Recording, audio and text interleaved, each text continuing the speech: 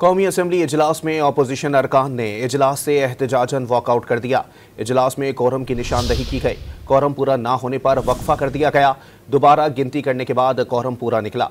ऐवान की कार्रवाई दोबारा शुरू कर दी गई। मजीद जानते हैं डॉन न्यूज़ के नुमाइंदे इरफान सदोजई से। इरफान, अपडेट कीजिएगा। जी, जब से इजलास शुरू हुआ है ये तीसरी मरतबा है कि कोरम पूरा नहीं हुआ और इस मरतबा भी कोरम की निशानदेही की गई, जिसके बाद इससे कबल जो अपोजिशन के रहनुमा उमर अयूब हैं उन्होंने वॉकआउट किया और वॉकआउट करने की बुनियादी वजह यही थी कि उन्होंने कहा कि ऐवान में वुज़रा नहीं आते, हम सवाल करते रहते हैं और हमें इसके जवाबात नहीं मिलते। इसके अलावा उन्होंने इस बात के ऊपर भी एहतजाज किया कि उनके जो वर्कर्स हैं उनके घरों पर छापे मारे जा रहे हैं, उनके साथ ज्यादतियाँ की जा रही हैं, उनकी जायदादें जब्त की जा रही हैं और जिनके ऊपर थानों में पर्चे हैं उनकी जो फहरिस्तें हैं वो भी फराहम नहीं की जा रही। तो तफसीलात हमें नहीं दी जा रही किसी भी हवाले से। तो उन्होंने कहा कि पार्लियामेंट ऐसा फोरम नहीं है जो बाइख्तियार हो जहां पे बातचीत हो सके। तो इस बुनियाद के ऊपर अपोजिशन ने वॉकआउट किया। जी, बहुत शुक्रिया इरफान।